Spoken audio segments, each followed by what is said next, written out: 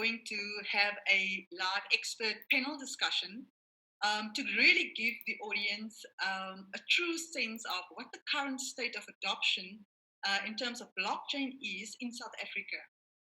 We have panelists coming from our own South Africa. Let me just introduce you. We have Imran Patel. He is the Deputy Director General, Socio-Economic Innovation Partnerships from the Department of Science and Innovation. Hi, Imran. We have Kopier, Professor Kopier from the University of Cape Town. Professor Monica Singer. Monica Singer is also the lead for consensus in South Africa.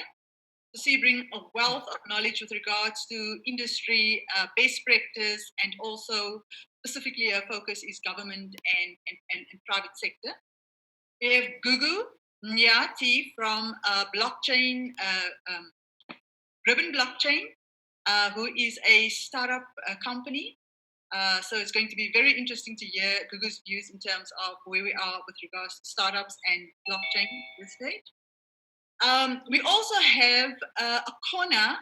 He is head of the Office of the Digital Advantage and through the CSIR, and he is actively promoting blockchain adoption in South Africa, and obviously through SANBA, he wants, or SANBA would, through the Office of ODI, sorry, not ODI, ODA, Office of Digital Advantage, promote adoption of blockchain within South Africa.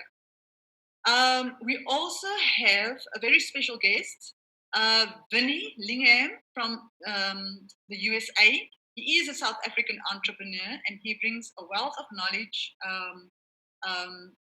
to the blockchain community. He has recently also started a venture capitalist initiative, and he would also be sharing some of that with us.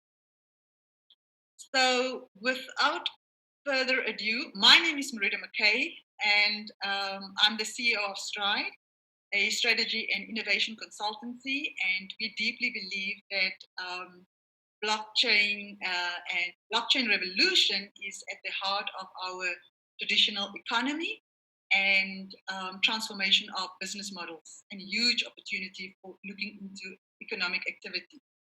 So to start off the conversation, I would like for each of the panelists to firstly also introduce themselves. If there was anything that I've missed that is key for the discussion, please share. But what I would really like to do is for everyone to give a view in a sense of, in their roles, in their respective roles of stakeholders of this community,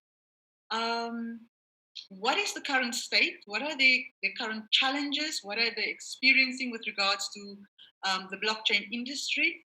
Not just limited to South Africa, but also in context with the rest of the world. So I think let's start with Monica Singer. Monica, you probably closest to what's happening right now in the blockchain space internationally, but also in South Africa. So if you can just start with that. Thank you for the opportunity. I just want to give a little bit of background that 20 years ago, I transformed the financial markets in South Africa from pure physical, you had share certificates and checks, to totally digital. I ran it for 20 years. And then one day I read Satoshi Nakamoto's white paper, Creating Bitcoin. And I realized that I had to now change the world again, and I had to leave being the CEO of Stride, the centralized database for all transactions on the stock market, and go and decentralize the world, because I realized that whatever we tried to do in a centralized environment, we couldn't really take it to the next level of protection, of risk management, of transparency, of accuracy. So it was time to re-engineer the financial market. So I left to re-engineer the financial market, but I realized in that journey that blockchain is just not about financial market. It affects every industry. So it's been the most fascinating journey to work for Consensus, the biggest blockchain company in the world, that is actually investigating how to bring decentralization in the Ethereum Internet of Value in every single industry. And I had to learn about absolutely everything from journalism to health to supply chain to trade finance. So it's been a real privilege to have to be in this company that works around the world. We are in 6 continents. We are over 900 people from every language, every whatever culture, and we work remotely. So for us, this lockdown has made no difference. The world carries on. We're so used to this. So the beauty is that we are now, many of the things we've been saying for, well, I've been in this game for 2.5 years. Only now people are saying, okay, tell me again. So it's been very hard for me to convince the South African market that they need to start learning. If you are in a room of people, it was a month ago, I gave a speech to 300 chartered accountants. So I asked the question to the audience, how many of you have read Satoshi's paper? There were only 4 people that read it. I said, how many of you have even tested the experience of trading in cryptocurrencies? There were 2 people that had downloaded the app. So I'm saying if people don't read Satoshi's paper or experience what is to buy and sell crypto, how are they going to then transform their own industries? Because as you said correctly, it's not about the tech. Like I always say, do you know that the internet that you use every day is built on a technology called TCP/IP? And people say, no. I said, well, I don't care. Doesn't matter, because you'll see that blockchain will become so embedded in everything that you won't even notice you're using blockchain. But you need to understand how to apply it and in which way can you benefit in your industry. I'm currently working with the insurance industry. The insurance industry is like such a no-brainer, is going to be affected by this, because with a smart contract, you immediately can perform the ability to pay out real time without having to phone a broker, for example. And so there's so many use cases. So the truth is that South Africa, it is behind in even becoming aware of how much they need to educate themselves. And as I was a CEO of a very prominent company, so in all my contacts during the last 2.5 years, I've been phoning CEOs saying, just give me an hour of your time. I want to come and show you the new world order. And some of them think I'm smoking something, or that that I'm going a little bit mad. So I promise you, this is not going to be that simple. But the more we educate, the more we have associations like this, the more we prominent people are talking the same language and have proof of concepts. And the most beautiful thing about this technology that I experience is that we can build a proof of concept in 3 months. The project, Coca project, that was to replace a real-time gross settlement system in South Africa, was built in 3 months. And that was an experience that nobody could believe that you could do that. And you know why? Because when you build these apps, you're not having to build the whole technology stack. That is done. You build the app, you put it into the Ethereum platform and using many advanced tools that we have released to the world. And you don't have to test anything else. You just test the app, and the app is very intuitive, and you play with it. And that's why I'm saying we need more of these apps so that people start getting used to it. And the more you love it, the more you would want to try something new. So it's really education. It's not being scared. It's inventing new technologies. I want to quickly interrupt you there because I really want to focus on why that challenge. Okay, I hear you when you say it's quick to do.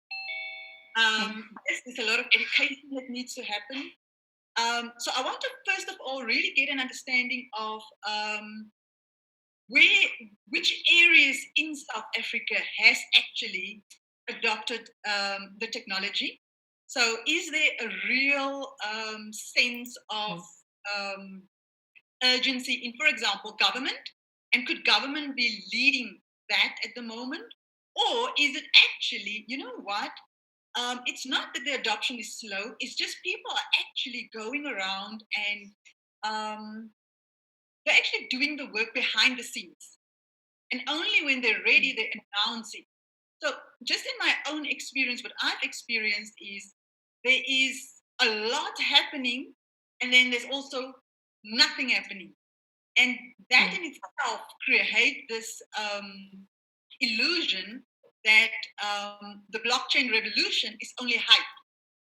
So I want to get a sense from you where and which organizations or industries is currently adopting the technology. Can you perhaps share that maybe? And even if not in South Africa, then in international. Okay, fine. Thanks God. South Africa is not really happening. I'm sorry. Yeah. Not to the extent that it should, but international, of course, the most important ones are anything to do with collaboration.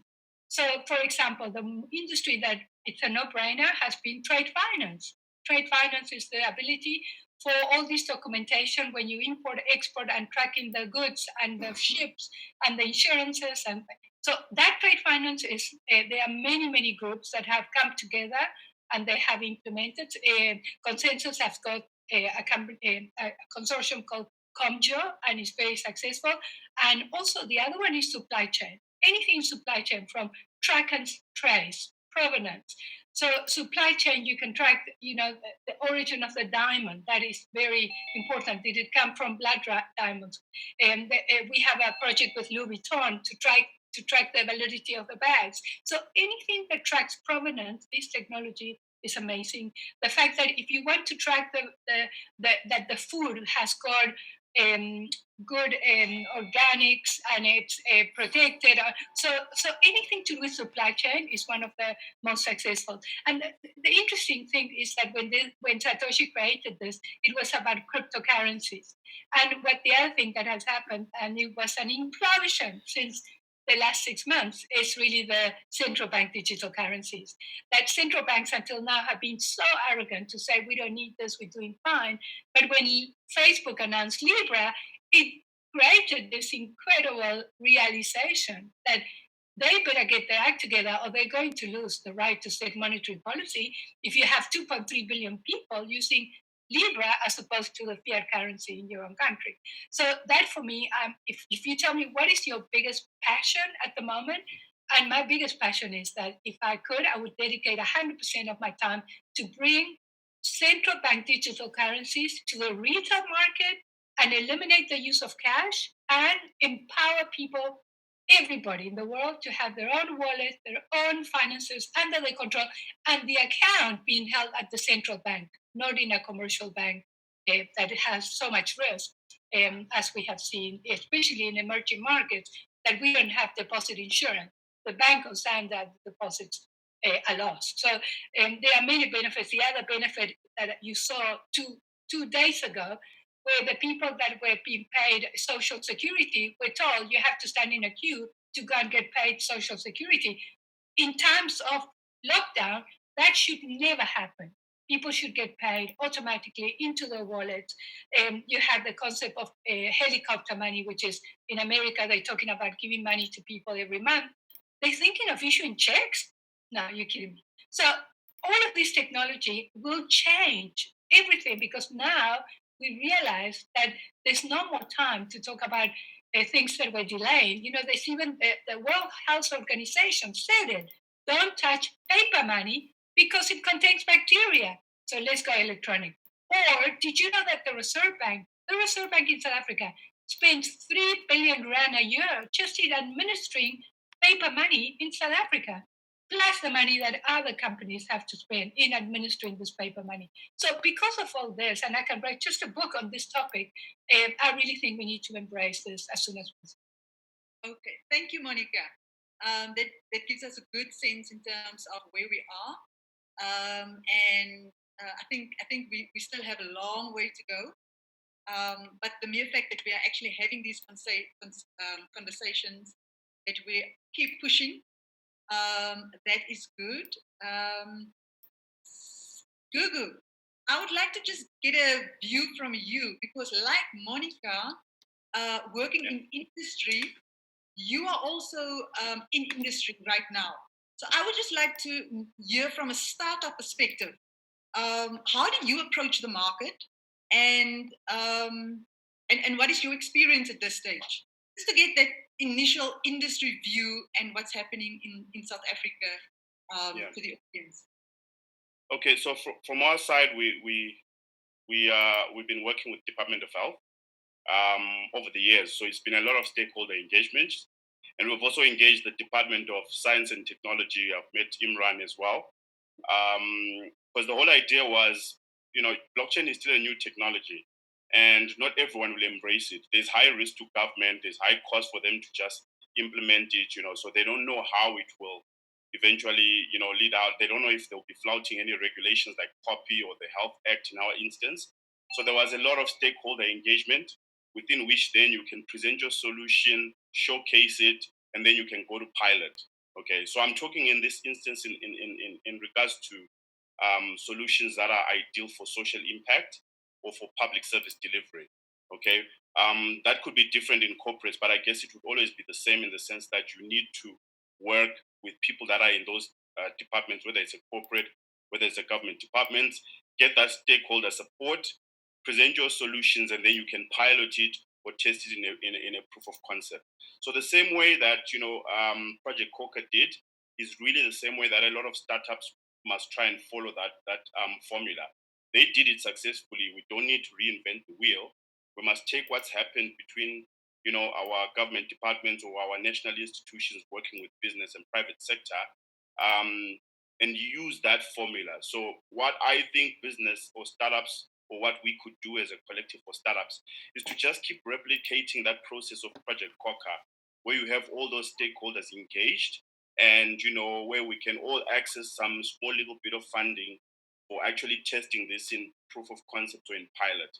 And I think that's the safest way as well, in which local businesses can actually support and say, hey, look, I want to get involved. So the risk is not just on me, it's a shared risk between, governments, private business, and academia, and all these other stakeholders, which is really the nature of blockchain solutions. So that's been our experience, a long process of stakeholder engagement and building to align with their needs.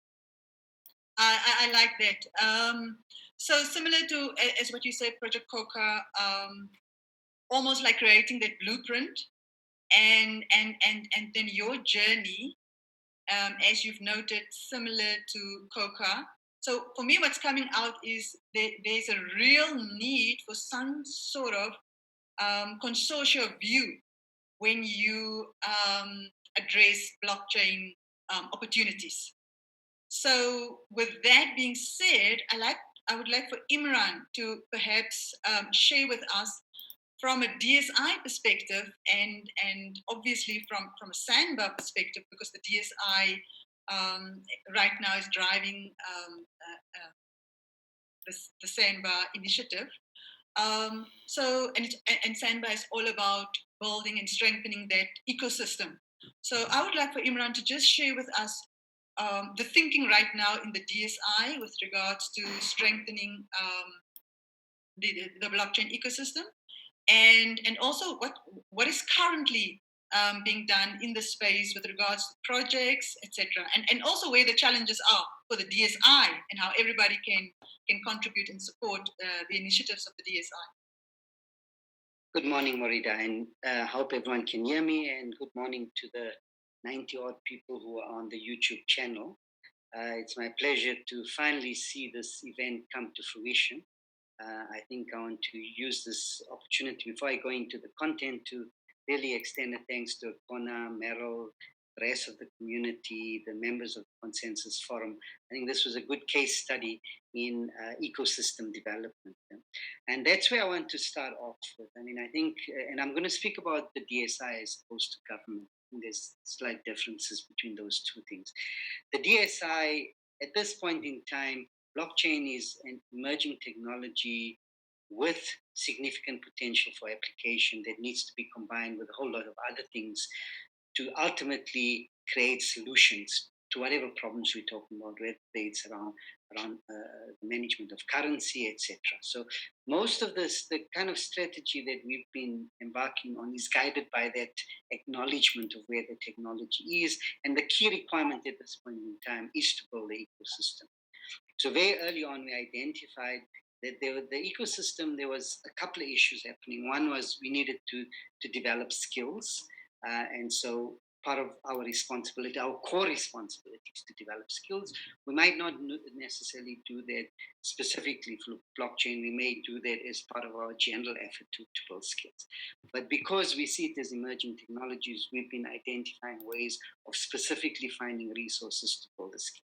So that's the first part of it. The second is obviously what people have raised, and in fact, the video prior to this was a very useful one. There was a number of things there that happened that I'm not even aware of that I think we need to be doing, and that is to create awareness on the potential of the technology, as opposed to saying this is the technology that's going to sort all of your problems out. So we have to be very careful that there's a potential for the technology, and we need to understand how best to deal with technology. So hopefully we are building the capability in this instance, not just working with government, but making sure that the research institutions are working with startups, are working with big companies, are working with international partners to put on the table demonstrators that gives people a sense of what is possible. So once there's an acknowledgement and an understanding, then obviously the DSA's role we've done what we needed to do. People will then have to integrate it as part of a broader IT strategy, because I would think that blockchain is one part of that. So our role at this point in time is to raise the awareness where the awareness doesn't exist. In fact, sometimes we learn from others, like the Reserve Bank, etc. We learn from them on what needs to be done. But the opportunities, whether it's in deeds management, sovereign IT management, we need to champion this as a potential solution around it. And that's what SANBA will help us to do, because as soon as we find that there are people who are interested, and a good example is my colleagues, since we've been brought under one ministry, the Department of Science and Innovation, with higher education and training, the higher education and training colleagues identified blockchain as a potential application for what they call micro-credentialing, a new way of certification, etc. And what we were able to do, because we understood, like you said, that there's things happening in the background, we were able to quickly say, yes, here's a whole group of people that you were not aware of. Let's now talk about how we develop that application. So it's making this technology aware. And then the third part, which is equally important, and I think you've mentioned this here, is to be able to deal with the technology governance and related issues around the blockchain technology. We need to interface this with each country has to do this within its own regulatory, with its own governance framework. And for that, we kind of using the World Economic Forum Center for the Fourth Industrial Revolution to become a base to look at technology governance in broad terms, but then including an understanding of blockchain, its possibilities, its limitations, and its challenges as part of a broader framework. So that's where we're at this point in time, building capacity, raising awareness, specifically as the DSI, and then obviously trying to make sure that the blockages from a technology governance and other perspective don't delay the uptake of the technology, particularly where the technology has the potential to make those transformative changes. So let me leave it at that. Thank you. That was really a good and comprehensive overview in terms of the DSI's position with regards to blockchain. And I think we need to, as part of that education and the advocacy around the technology, we need to really emphasize the potential and almost like ask people to take one step back before you think potential of the technology. What is it that you really want to achieve? What is the real problem that you want to solve? And start to think innovatively around it. And then say, you know what, is blockchain the right solution? And if it's not, take it off the table. So for me, it's around bringing the view of, you know what, blockchain is an option. I think if we address almost like a go-to-market approach of, you know, this is an option. Let's explore it. Let's explore it collectively, and then make a decision. Maybe perhaps the adoption or the appetite to explore would be would probably be better. That's my take on it for now. Akona, I would like to go to you now. Just from a current research and development perspective, I would like for you to share with me right now at this stage, what are some of those projects that the ODI is currently working on? If you can share with the community at this stage. Good morning, and thanks for everyone who's joined us today, and welcome. Also, just before I start, I'd like to also welcome Dr. Daniel Fisa from the CSIR, who's joined us in the panel. He's the lead for the Web Affiliate Center for 4IR, which is government sponsored and supported. So I think at a later stage, he will have an opportunity just to share his views on the topic. Thank you. All right. Yes. Firstly, I want to thank the Department of Science and Innovation, for making all this to happen. Given that the government as a whole in 2013 initiated and approved what we call the National ICT RDI Roadmap, ICT Research Development and Innovation Roadmap 2013 through to 2023, which becomes a blueprint for building capabilities from human capital development, technologies and solutions being developed locally. With that, actually, we have had some great successes, in the space of artificial intelligence and machine learning. Having established already, now it's 5 years old, a university government partnership program, which is called CARE, the Center for Artificial Intelligence Research, which basically, with CSR being the node, allows and supports and facilitates research through universities, including the UKZN, UP, and quite a few, of which now we're expanding that, to incorporate more universities, especially from those that are historically disadvantaged institutions, and we also have Mobile Laboratory Southern Africa, which is a joint program by DSI, the World Bank, and the Finnish government. Also in it's kind of 5 years old now. We have seen great success in the space, having trained a number of young people, mainly in the townships, to code. Lots of products that came out from there. Some of the spin-offs, including Geek Culture, Code Tribe, and similar programs, and lots of products that are currently being utilized in the country. I'll give one being the ARC's farmer assistant app, which was developed through this program. We also have the data science program, which is called Decide, Data Science for Impact and Decision Enhancement, where we onboard third and fourth year students that involved in kind of rapid prototyping and looking to the research that speaks to solutions and some of the products. One of the products focusing on the presidential hotline. I don't want to dwell much on that, but maybe I want to connect to what is happening in the blockchain space, in the research and the development space. We also have a few programs in terms of cybersecurity research program, the IoT Factory initiative, which you'll hear more about soonest.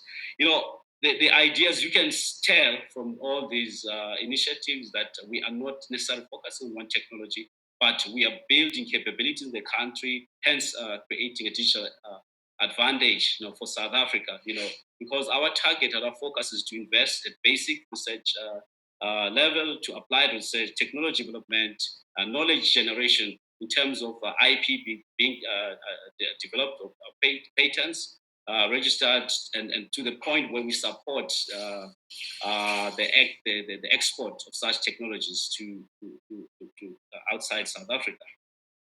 And also just to touch on the very brief background, why we looked into the blockchain space. One of the most important things we realized that we are short, in the space of human capital development.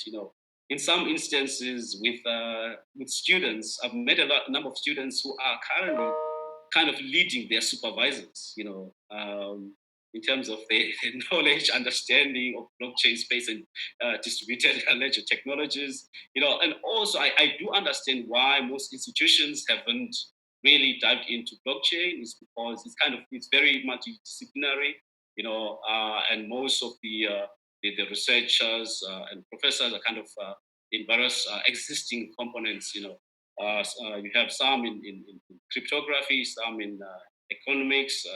There's lots of skill sets that one needs to address. So, and one other challenge that we encountered, we realized that it takes about 3 to 5 years for universities to sign off or to approve a new curriculum.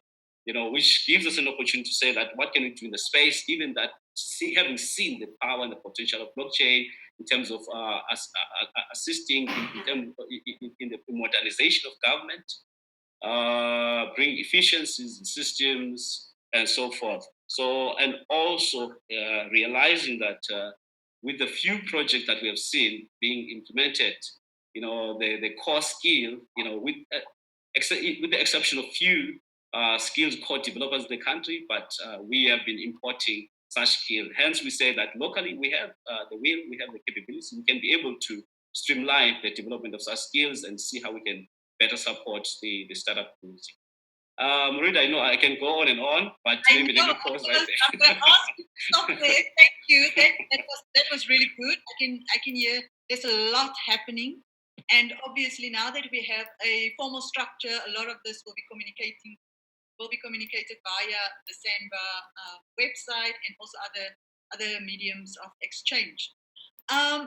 We also have with us today Daniel Visser, who is from the CSIR, and he is leading the World Economic Forum program for the Fourth Industrial Revolution. So I also just want to bring in Daniel to get an understanding in terms of what that program is about and how does that dovetail to the initiatives in terms of what SANBA will be doing over the next few years, obviously. Daniel. Excellent. Thanks, Marita. It's actually a very exciting time to have SANBA finally launched and come on board. And the World Economic Forum Center for the Fourth Industrial Revolution in South Africa is very happy to have SANBA as a partner and vice versa. We're looking to support them as much as possible. Maybe let me start with just a reiteration of what the center itself does. So we're an affiliate of the World Economic Forum's network of centers for the Fourth Industrial Revolution. So we have centers across the world: San Francisco, China, India, and a number of affiliates in Israel, Colombia, Brazil, quite a few areas, and a lot more coming on board fairly soon. So it's a global network that's looking at the governance and policy issues around emerging technologies. So we look at what are the policy hurdles, or what are the governance frameworks that need to be put in place to ensure that we can adopt emerging technologies effectively. And blockchain is one of the key platform areas of the network, along with things like Internet of Things, robotics, data policy in general, and then artificial intelligence, obviously. So from a blockchain perspective, there's so many areas. Monica mentioned a number of areas and applications of these things.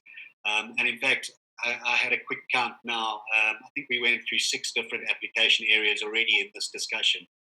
So, supply chain is an obvious area that we've been looking at from a network point of view. In all types of supply chain. Monica mentioned diamonds, but we can talk about green chain, we can talk about cold chain, we can talk about just about anything on the supply chain area. So we're looking at what are the things that need to be in place to ensure that we can adopt the technology in that space. Also looking at things like micro trading. We spoke about the social grants a second ago. How do you ensure that you can trade in not or non-formal, non-traditional ways? Social grants is a really good example, but we think about our environment where we have, large informal communities that don't always have access to traditional financial means.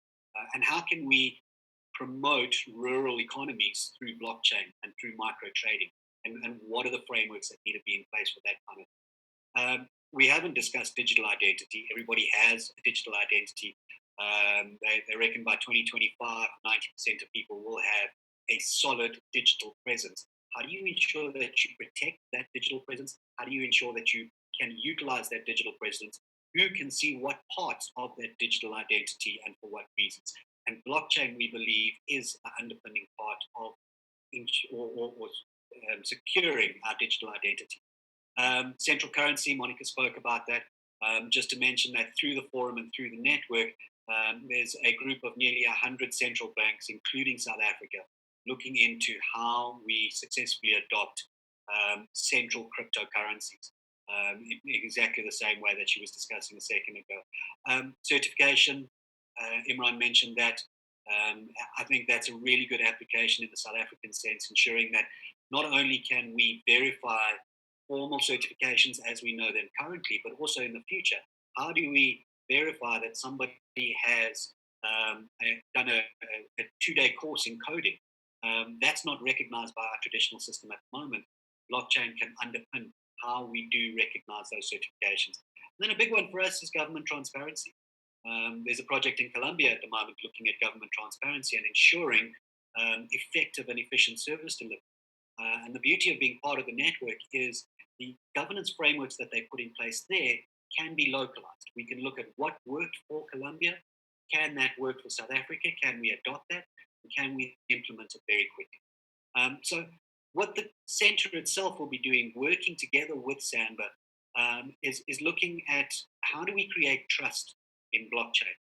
How do we get past the hype of blockchain and distributed ledgers that was created through cryptocurrencies and get into application of real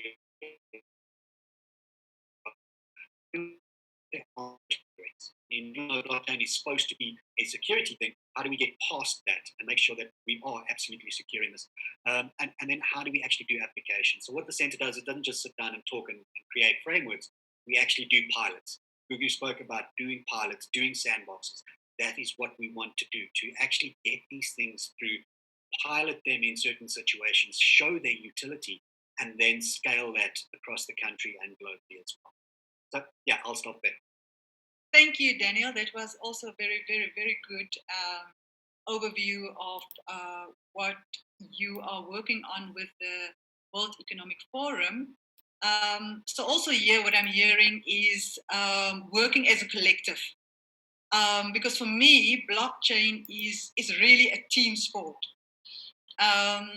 Ultimately, at the end of the day, we're going to have to do a lot of the work through consortia projects, because I don't really see how we're going to mature or accelerate the industry if we don't do that.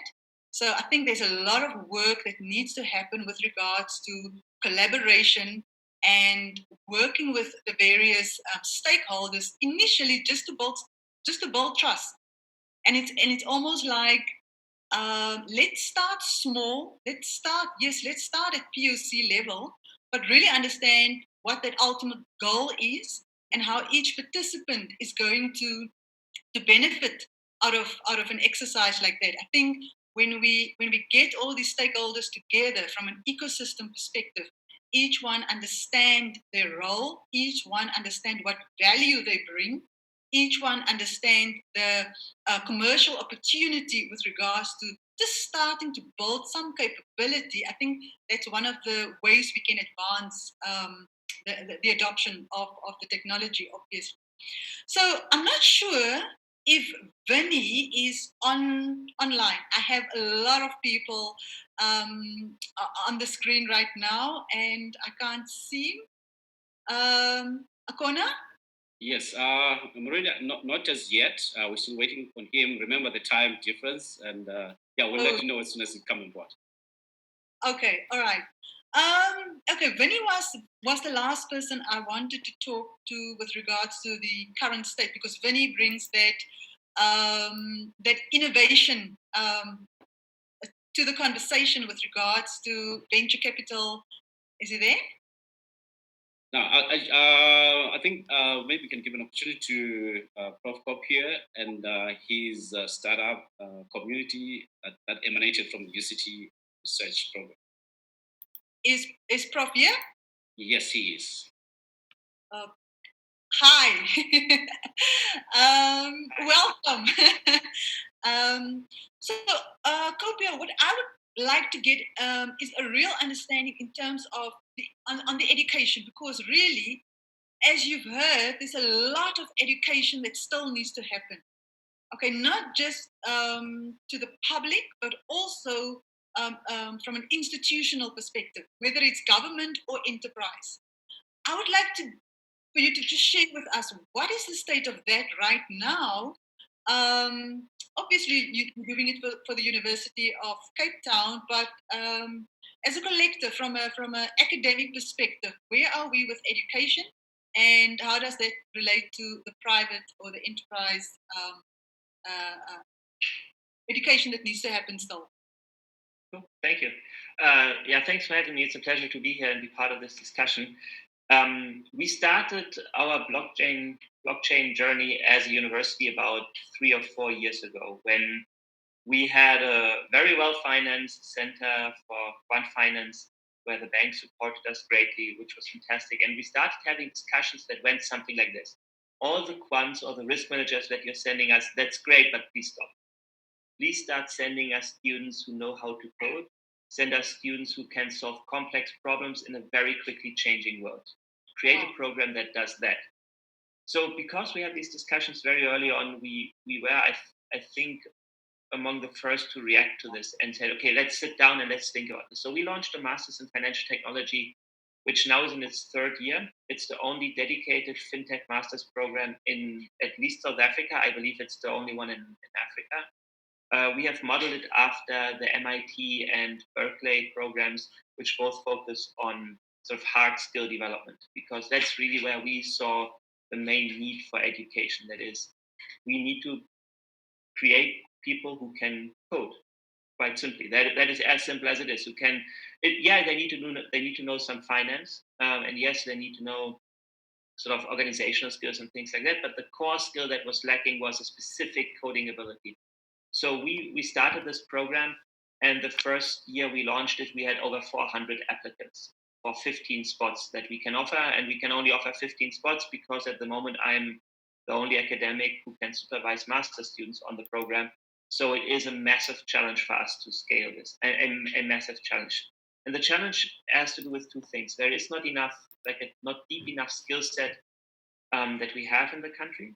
And the second one is that the moment we start creating students with that skill set, they have outside options and they don't suffer through a PhD.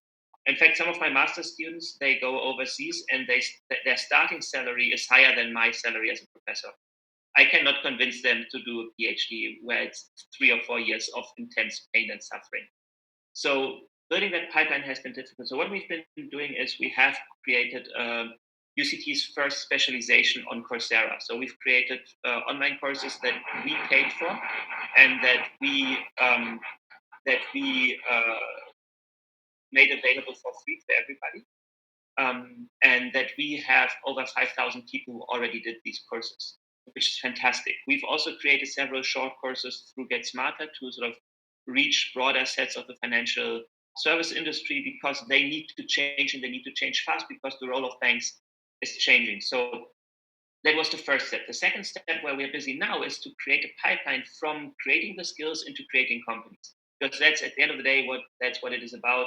60% youth unemployment even before COVID-19, not sustainable. We need to get our act together. We need to start companies that have the potential to scale globally, and that are domiciled in South Africa, so that we can actually create this value. And maybe just to tell you quickly about some of these initiatives, and specifically the one that we have sort of developed the furthest is Registry. which is a startup that focuses on student data. So all these discussions around digital certificates, around credentials, we are using a combination of blockchain and distributed databases so that we can give students a notion of ownership of their data, which is very important because this privacy aspect of sensitive data, especially under copy, is really key and is a key friction.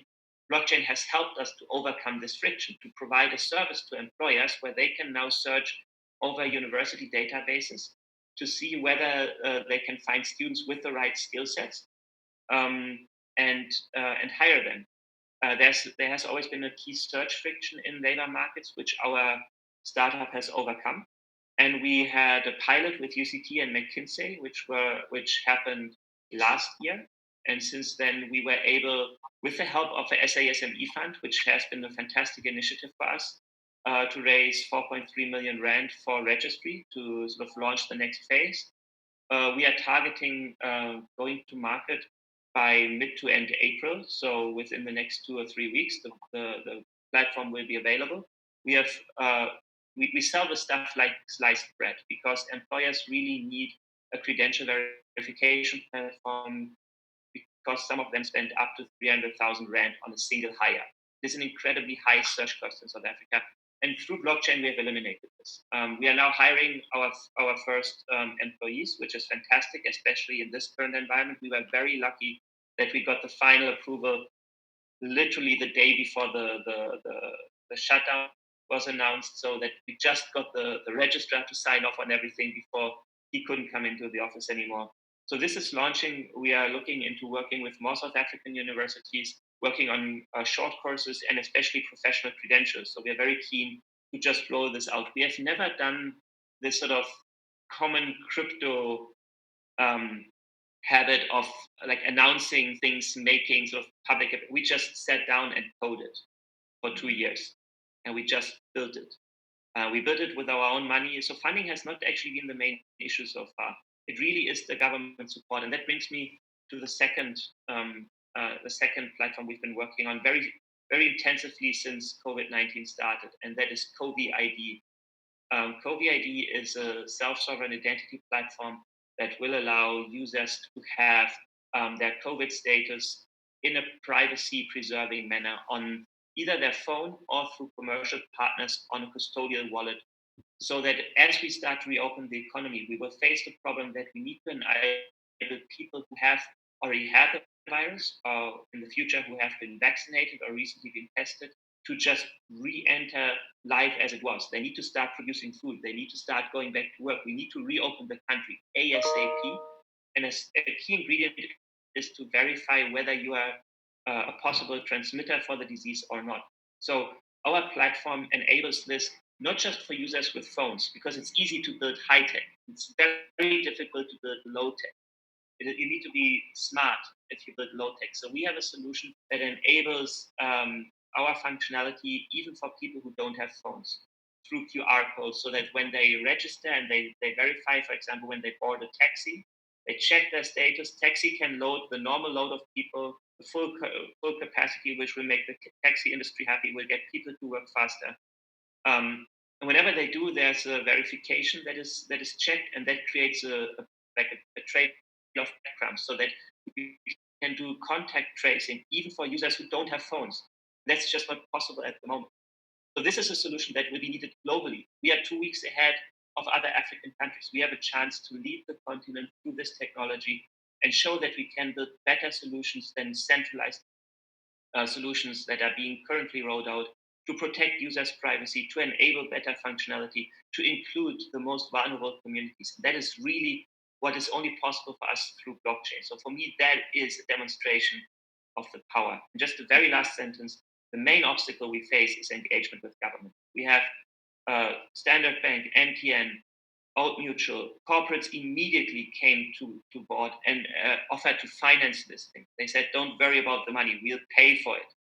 Build it, focus on the build, and focus on getting government. Our main frustration has been that we spent 2 weeks trying to get a hold of the right people in the Department of Health to tell them this app, you will need it. We know you will need it because China needs it, the US needs it, every country will need it, we will need it too. we build this, we give it to you free of charge. We build an open system that incentivizes competition and makes sure that we can actually onboard 50 million people in a short period of time. And we are screaming into a void. And that is the one thing that is holding us back. And it is a pity because right now, we have made progress, but it just, everything takes too long for the speed with which we are building. So that has been the main obstacle. And it's a pity because if we pull this off, South Africa will be leading the world with this application. And we show that you can have the functionality while preserving privacy. Amazing. Thank you so much for sharing that, Kopia. I like the thinking that's happening there in Cape Town.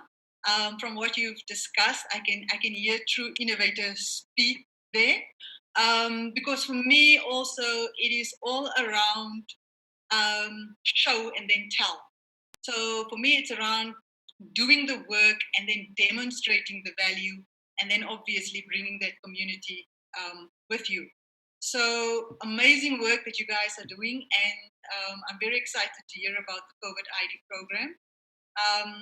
I myself is going to try and support you on that one. So what I also hear, Kopia, is this notion of the high tech and the low tech, because we obviously try to do to mature the adoption around the technology. So I think at this stage for South Africa, this is a huge opportunity. If ever we wanted to invest it in this technology, even if it's through a solution like the COVID, this is like an opportunity for all of us to participate. And when I say all of us, every single South African actually to participate in the adoption of blockchain technology. It would be other than trying, maybe this is a different way of thinking of it, but other than trying to promote maybe people getting onto the crypto space or into the crypto space, let's just do it from maybe a health perspective. And I'm just now exploring ways in terms of really how to think about adoption in different ways.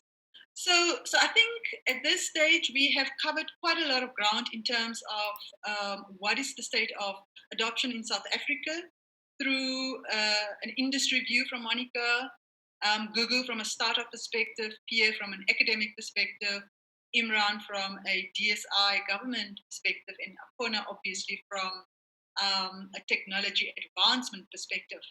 So I would like for Akona maybe then to share with us really what is it that SANBA brings.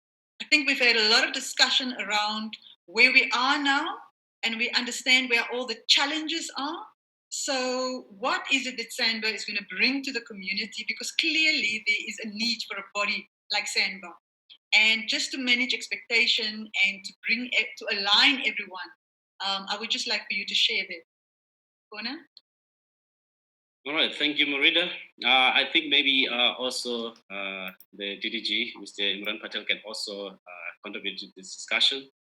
Yeah, with SANBA is highlighted beforehand, especially through the video. You know, it's a network of partnerships, you know, with government, academia, industry, with startups, and civil society. You know, to say that how do we as a country build capabilities, you know, develop human capital, you know, and build our own solutions, you know, with the help and support by government.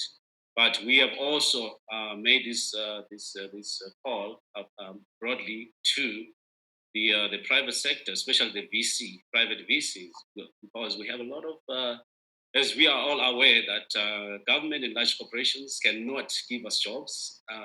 That's my view. In the future, so we need to support startups. You know, so we appreciate what's happening. Here, I think maybe given an opportunity, you can just highlight some of the startups that emanated from research. Actually, very interesting. So with those startups now bring in opportunities for new job opportunities, new economic opportunity for economic participation. You know, given that my personal view is that Satoshi's paper was mostly looking into democratizing economics or access to finance, not only by those who are privileged, but across the board. I've seen many people accessing riding on the wave of cryptocurrency, Bitcoin. People in the deep rural areas using their smartphones, buying and trading, whatever the case may be, and getting their lives better. So with this in mind, what we have done so far, we have brought in skills development opportunities through training. In the last week, last Saturday, we trained young people and university students. That was followed by a training for executives, government, state-owned industry, which became very successful. So from skills development to actually building technologies in the country. Hence, I just read a comment from one of the viewers on YouTube, just making a call, which is something we've considered. But why can we build a sandbox within SANBA, DSI, CSIR? It's something that we have already put in our plans, pending on further funding. To say that let's create a sandbox or test bed where startups can come and plug and test and kind of strength test their solutions. And then we see how a government program like TIA, the Technology Innovation Agency, can also seed fund those startups, getting them off the ground, and most importantly, modernization of government. How do we allow startups and large corporations to play in the government space in terms of bringing solutions, bringing new thinking, new way of doing things, in the government space. I've seen Monica as well, Consensus, doing some work in the land registry area, as well as the Reserve Bank space. We want to see more of that happening. And also, we have been exploring and engaging, for instance, with the likes of the Swiss embassy in Pretoria, who has given us opportunities actually to engage with universities like University of Basel, to see how we can further collaborate internationally. So that has actually opened opportunity for students exchange program, of which we already have plans in place to host University of Basel students in South Africa for a week or two. With COVID-19, elephant in the room, we're hoping that by, like say, July, we'll be action that. And also, we are working hard to get South African students, researchers, mainly masters, PhD, to also visit Switzerland, kind of exchange program. So the other component that's very key is strengthening the enabling in co-investment opportunities. For instance, with government vehicles for co-investing, we want to have industry also to play their part as well. We have a lot of announcements recently on big funding, by big players, for startup support. So let's see how we can access those funds to start to work with government to fund startups, to fund innovation, and SANBA will be at the center of all that. And maybe lastly, we as much as we're going we're going beyond cryptocurrencies and fintech. However, we're seeing we're riding on the opportunities that are provided by those communities. For instance, there's also another conference coming up in Mauritius. That speaks to opening opportunities. I think it's Africa FinTech Conference. That opens opportunities beyond just fintech. On startups, South African startups, we want to engage and see how they can access capital. Given that the crypto very busy, we want to also see that such opportunities, funding opportunities, and players like Vinny Lingham come on board. With these Newtown partners, BC. So I mean, this is an opportunity for us to collaborate, for us to co-invest, and create economic opportunities for our people and global well good. Thank you. Thank you, Connor. Imran, do you want to maybe say something in addition to that? Yeah, just one comment, and then colleagues, I have another call at 11 on the COVID response in public health. In fact, the application that Pierre spoke about, I want to see if I can introduce it into that committee, just that thinking about individual certification of your health status. So the only comment I want to make, and then if you see that I would drop off the call, then you would understand that I've gone to another meeting. I think the key is that although the blockchain area is fast moving, we need to have a medium-term vision that's shared by all players in the South African ecosystem around where we want to go to. The opportunity that we have, or we're creating as the DSIs, we've just agreed on and I hope I don't sound too bureaucratic speak, but if you don't get these elements right, it becomes very difficult to steer resources. But we've adopted a new white paper on science, technology, and innovation. Part of that adoption of the white paper is looking back what where we've had strengths and how do we move forward, etc. Through that white paper, we've created this issue of a decadal plan, and it's not a DSI decadal plan; it's a decadal plan for science, technology, and innovation for the entire system.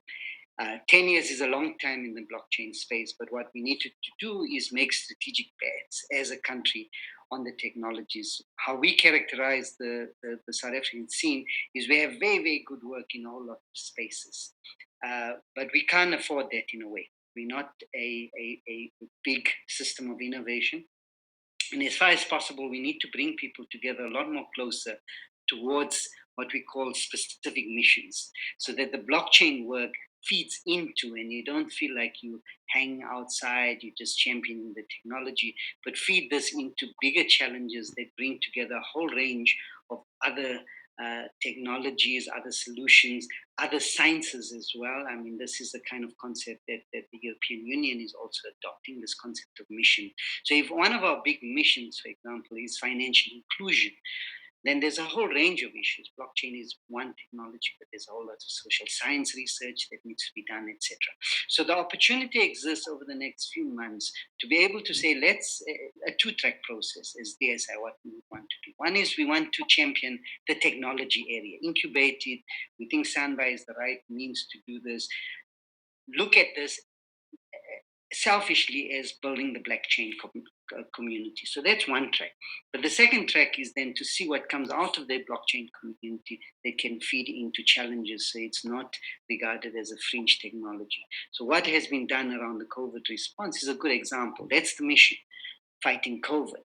Blockchain is one solution. Let's feed it. At the same time, let's build the kind of blockchain community. So that is, in a sense, the kind of, with very broad brush strokes, the two-track strategy would do. So the community can have it without any fear of contradiction, that we will continue supporting as far as possible SANBA. We want to mature SANBA as a community ecosystem-driven project. We're just seeding it, and then we can find our space in that, which is around the innovation, the human capital development, etc. So we will continue as long as there's a need to do that. And then what we would want to do is find a good opportunity to find what is coming from that blockchain space and kind of massage it and integrate it with other things that's happening where we can address significant, meaningful social challenges. So I don't know if that gives you a sketch of the future strategy, and I really look forward to this. Has been, like I said, an exceptional journey guided by Meryl in a corner in a matter of a year and a half, and beginning to glue the kind of system together. And SANBA then represents that milestone. Now we have a formal voice through which the DSI can engage with as we move forward. Thanks. Thank you, Imran. I'm very, very excited. I love everything that I'm hearing. I think South Africa has been waiting for a body like SANBA. I think for the very first time, I'm hearing clear direction and commitment from government with regards to, and I'm not going to say blockchain technology, but I like the word that you're using, advancing specific missions and building solutions, because ultimately it's around building solutions, and blockchain has a place in that solution. So thank you for that update. I think it definitely talks to what it is that we wanted to achieve out of today's live panel discussion. I know you have to go, and we only have also just 2 minutes left out of this panel discussion. So quickly, I just want to perhaps go to Monica again and ask her, because I see there's a real commitment from government. Obviously, I am still concerned about industry from an enterprise perspective. I really just want to get a sense from you at this stage, what would be the best way to engage that community or to re-engage the enterprise,